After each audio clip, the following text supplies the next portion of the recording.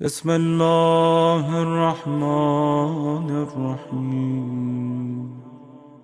اہل آخرت کی پہچان کیا ہے؟ اس میں سے ایک پہچان آپ کی خدمت میں آج مزید بیان کرتا ہوں۔ فرماتے ہیں پروردگار عالم اپنے حبیب سے کہ ان کی پہچان کہ یحب اللہ ان یسمع کلامہم کما تحب الوالدۃ ولدہا، کہ خدا پسند کرتا ہے اہل آخرت کے کلام کے سننے کو جیسے کوئی ماں پسند کرتی ہے اپنی اولاد کی بات سننے کو۔ بلکہ الفاظ اس سے بھی زیادہ مشکل ترجمہ بیان کر رہے ہیں، کما تحب الوالدۃ ولدہا، جیسے کوئی ماں اپنی اولاد سے محبت کرتی ہے ایسے خدا اہل آخرت کے کلام کو سننے سے محبت کرتا ہے اور چاہتا ہے کہ سنیں۔ اسی لیے اب تلاش کرتے ہیں کہ خدا کس کا کلام سننا چاہتا ہے۔ آپ کو اگر نماز کے اذکار میں ایک ذکر کی یاد دلاؤں تو ہم بہت قریب پہنچیں گے۔ سمع اللہ لمن حمدہ۔ بعض علماء صاحبان عرفان اس ذکر کے بعد پڑھتے ہیں الحمد للہ رب العالمین، پڑھ سکتے ہیں اجازت ہے پڑھنے کی۔ یعنی جب آپ نے کہا سمع اللہ لمن حمدہ، اللہ سنتا ہے ہر اس کی آواز جو اس کی حمد بیان کر رہا ہو۔ اس کے ساتھ ساتھ یہ بات واضح ہو جائے کہ کبھی کبھی اہل آخرت دعا مانگتے ہیں اور ان کی دعا قبول نہیں ہوتی، تو کہیں اہل آخرت پریشان نہ ہو جائے کہ خدا دعا قبول نہیں کر رہا۔ بہت غور کیجئے گا، جس کی دعا فوراً قبول ہو جائے لازم نہیں کہ وہ اجابت دعا کی بنیاد پر خدا کا محبوب ہو جائے، اور جس کی دعا قبول نہ ہو جلدی بلکہ دیر لگتی ہو، یہ دیر سے اجابت ہونا یہ اس کے عدم محبوبیت کی علامت نہیں ہے۔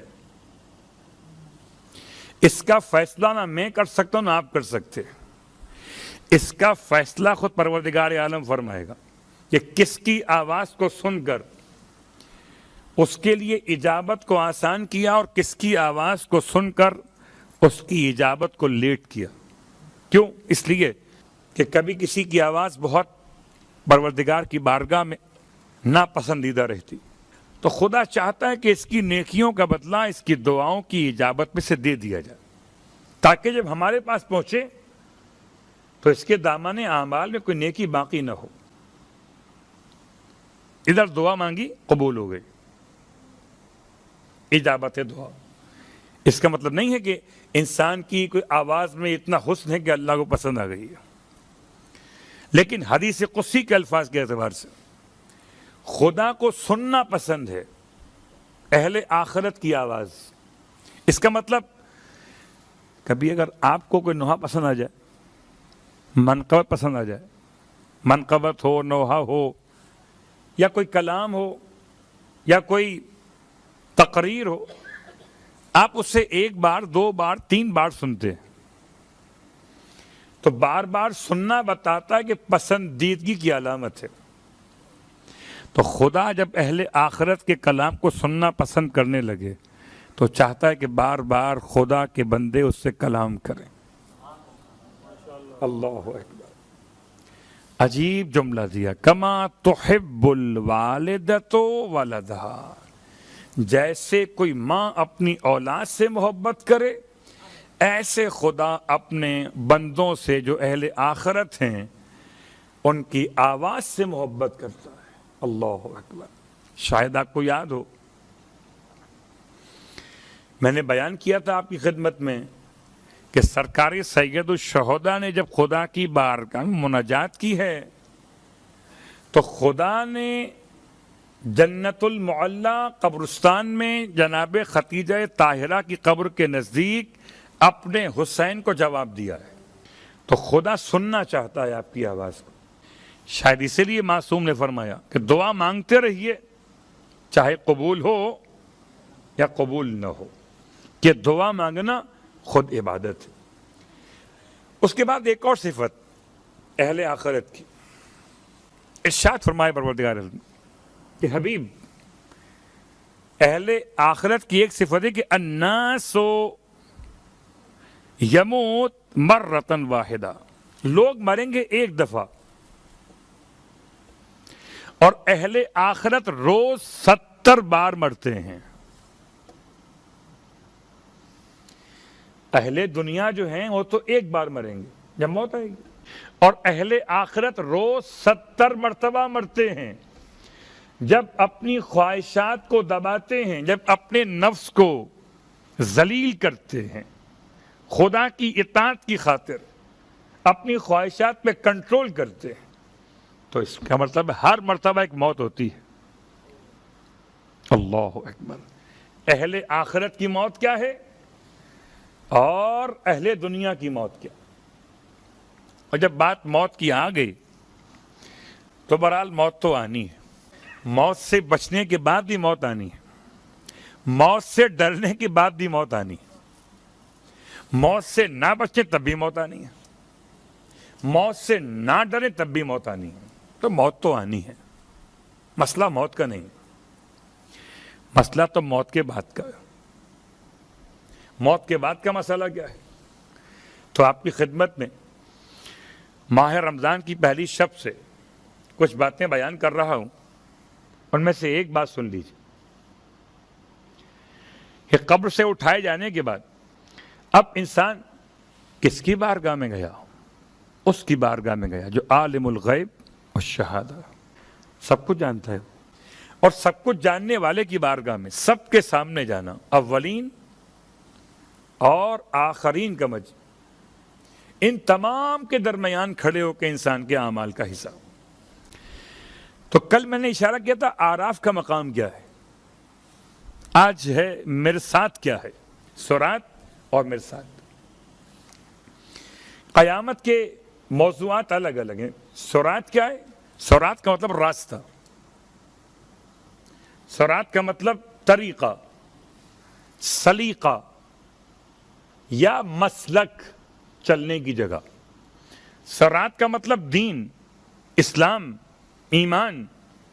صراط کا مطلب خدا کی توحید، پیغمبر کی رسالت اور ذات علی ابن ابی طالب علیہ السلام۔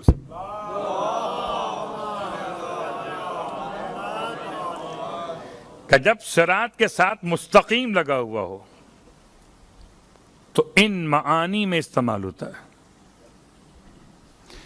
اور جب مستقیم کے بغیر ہو تو پھر موضوعات مختلف ہوں گے۔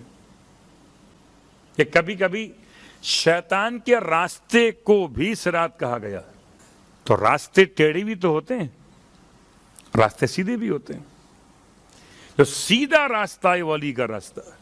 اس لیے کہ اللہ کے حبیب فرماتے ہیں کہ ابن عباس اگر ساری دنیا ایک طرف جا رہی ہو اور علی کسی اور طرف جا رہے ہوں تو تمہیں چاہیے سب کو چھوڑ کر علی کے پیچھے چلنا، کہ علی کا راستہ ہی صراط مستقیم ہے۔ ہم کہتے ہیں زمانے کے ساتھ چلیں گے، نہیں، جو زمانے کے ساتھ چلے اسے زمانہ مبارک ہو، اور جو امام زمانہ کے ساتھ چلے اسے امام مبارک ہو۔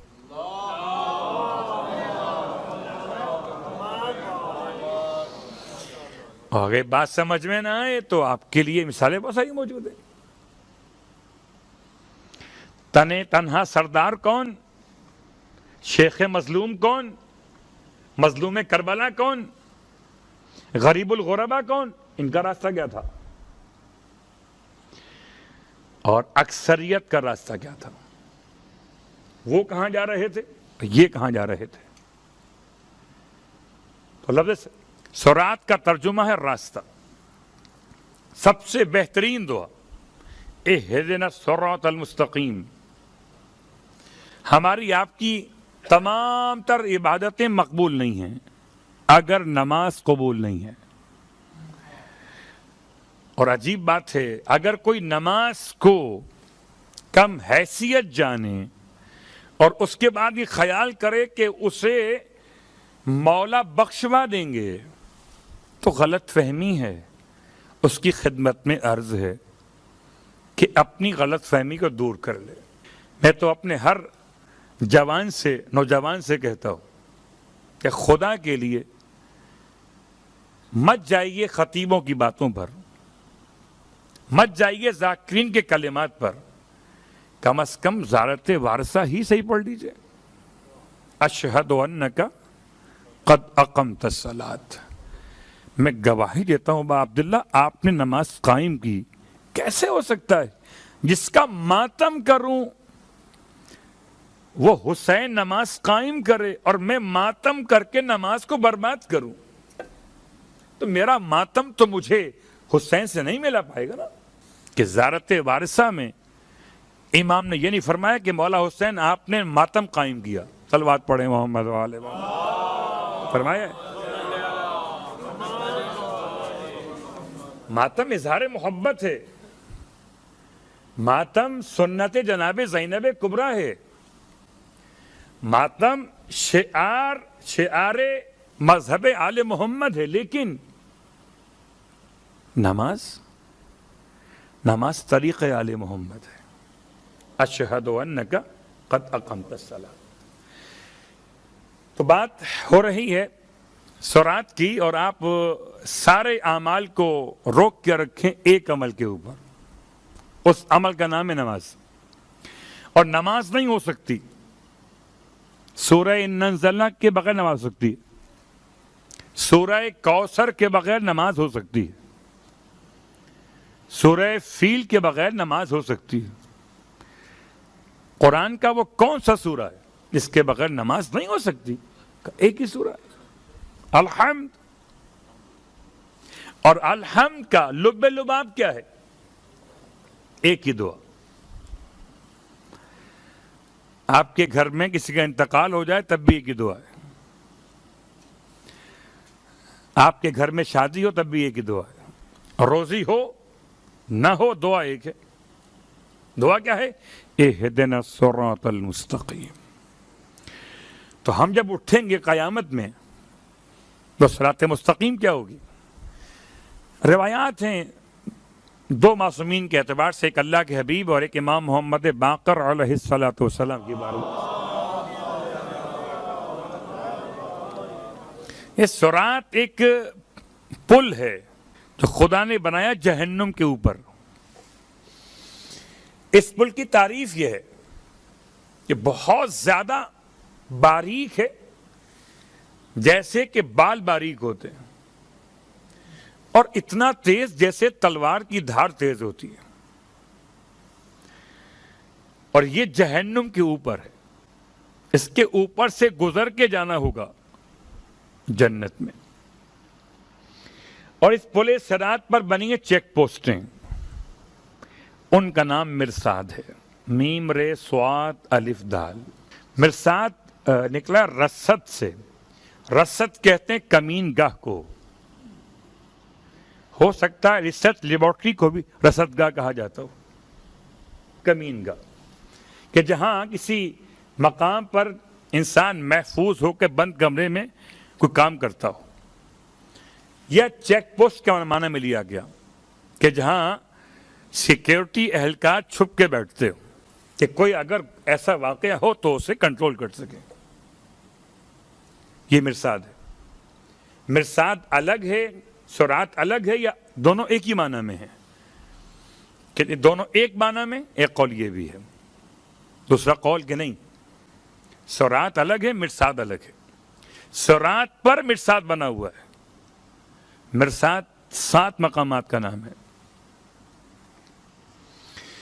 زیارت آل یاسین اگر آپ پڑھتے ہیں تو ماشاءاللہ اور سبحان اللہ، اور اگر نہیں پڑھتے تو پڑھنا چاہیے، اس لیے کہ بہت عمدہ ترین زیارت ہے۔ اس میں سلام بھی ہے اور عقائد بھی ہیں۔ اور میں تو درخواست گزار ہوں تمام شعراء اہل بیت سے کہ اگر وہ اشعار کہنے سے پہلے زیارت آل یاسین پڑھ لیں تو کم از کم عقائد کے مسئلے پر ان کے لیے آسانیاں پیدا ہو جائیں گی۔ موت کا عقیدہ کیا ہے، منکر نکیر کیا ہیں، نشر کیا ہے، صراط کیا ہے، مرصاد کیا ہے، ان سب کو حق کہہ کر یاد کیا گیا. تو پہلے سرات استعمال کیا, پھر کہا والمرصاد حق وان الصراط حق والمرصاد حق. امام زمان کو سلام کرتے ہوئے یہ کہا گیا کیا حق ہے؟ حق ہے صراط بھی اور حق ہے مرصاد بھی. تو سات کون کون سے ہوں گے؟ اس میں بعض روایات کہتی ہیں پہلا توحید کا ہے. پہلی جو چیک پوسٹ ہے جہاں سے گزرنا ہوگا وہ توحید کی. اب سوچئے گا کہ کبھی کبھی ایسا ہوتا ہے نا کہ انسان چاہتا ہے کسی ایسی جگہ پہ کھڑا ہو تو مشکل نہیں ہے, یہ کارپیٹ لگے ہوئے ہوں, اے سی کھلا ہوا ہو, روشنی موجود ہو تو 2 گھنٹے بھی کھڑے ہو جائیں گے, کیا مسئلہ ہے. لیکن پل صراط تو عجیب ہے. اگر وہاں کھڑا کیا گیا حساب پوچھنے کے لیے تو کام ہو جائے گا. اور 1 نہیں 2 نہیں 7 چیک پوسٹ ہیں مرصاد کے نام سے. موقف الگ الگ موضوع ہے, ایک ایک کا حساب. کسی نے پوچھا تھا کہ پہلی چیک پوسٹ پہ سوال کیا ہوگا؟ کہ توحید کے بارے میں ہوگا. اگر تم نے مطمئن کر دیا تو آگے بڑھ جاؤ گے, اور مطمئن نہیں کیا تو نیچے, یا اوپر یا نیچے. نیچے کا نام جہنم, اوپر کا نام جنت. مگر جنت فوراً نہیں, نیکسٹ چیک پوسٹ تک کے لیے آگے بڑھ گئے. اور آگے بڑھنے کے بعد اب چیک پوسٹ جو آئی ہے اس کا نام ہے نماز. آپ نے مطمئن کر دیا آگے بڑھ جائیے, نہیں تو نیچے. اس کے بعد روزہ, اس کے بعد حج, اس کے بعد زکوٰۃ, اس کے بعد جہاد. ایک کے بعد ایک چیک پوسٹ ہے. اور آخر میں صلہ رحمی. سب سے نکل کے چلے گئے, توحید میں پاس ہو گئے, نماز میں پاس ہو گئے, روزے و حج و زکوٰۃ میں پاس ہو گئے, جہاد میں پاس ہو گئے. اگر آخری چیک پوسٹ پر آپ کو روک لیا تو پچھلی جو 6 چیک پوسٹیں تھیں ان سے بچنا کوئی فائدہ نہ پہنچائے گا. اس لیے کہ اگر صلہ رحمی کے چیک پوسٹ پر آپ کو روکا گیا کہ جناب چچا ناراض ہیں, سائڈ میں آ جائیے, ان کا حساب نہیں پہلے آپ آگے جائیے گا. تو میں یہ بات آپ کی خدمت میں عرض کرتا چلوں کہ بڑا آسان ہے یہاں حساب کتاب سیٹ کر لینا. کچھ لے دے کے درہم دینار روپے پیسے معاملات سیٹ کر لیجئے. کہ یہاں تو آسان ہے کہ اے سی میں بیٹھ کے بات ہو سکتی ہے, کارپیٹ پہ بیٹھ کے بات ہو سکتی ہے, ڈائننگ روم میں بیٹھ کے بات ہو سکتی ہے. اگر حساب کتاب وہاں ہوا تو یہاں تو آپ کے پاس دینے کے لیے پیسے شاید ہو بھی جائیں, آپ مانگ بھی لیں, وہاں کیا ہوگا؟ وہاں تو آپ کے پاس پیسے نہیں ہوں گے. اور روایت سرکار ختمی مرتبت صلی اللہ علیہ وآلہ وسلم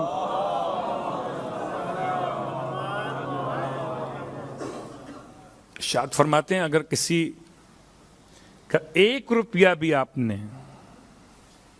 نہیں دیا, 1 روپیہ مطلب کوئی ایک کرنسی نوٹ کہہ دیجیے آپ, سکہ کہہ لیجیے, تو روز قیامت اس ایک کرنسی نوٹ یا سکے کے بدلے آپ کو 700 نمازیں اس کے اکاؤنٹ میں ٹرانسفر کرنا پڑیں گی. یہ بات یاد رکھیے کہ آپ نماز کی چیک پوسٹ سے ہو چکے ہیں کلیئر. اس کا مطلب کہ آپ نمازیں دے سکتے ہیں, 700 نمازیں. ابھی آپ ماہ مبارکہ رمضان ہے اور ماشاءاللہ قضاء عمری کی جماعت ہوتی ہے. گرچہ لوگوں نے کافی اس پر وہ بھی کیا ہے کہ روز نماز پڑھا رہے ہیں آپ قضاء عمری کی, تو کیا یہ 2 دن کی نماز باقی ساری نمازیں بخشی جائیں گی؟ نہیں, 2 دن کا مطلب 2 دن کی نماز ہے. خدا کا احسان ہے کہ اس نے نماز پر کوئی سرچارج نہیں لگایا کہ قضا پڑھو گے تو 2 کی 4 ہو جائیں گی, 4 کی 8 ہو جائیں گی. ایسا ہے, شکر خدا ہے وہ کہتا کہ ڈیٹ آف ایکسپائر نماز کی یہ ہے، اگر اس کے بعد پڑھو گے تو قبول نہیں ہوگی. کہتا قبول کروں گا مگر 2 کی 4 پڑھنا پڑیں گی. وہ کہتا قبول کروں گا مگر نماز کے ساتھ 1 قربانی نہیں پڑے گی.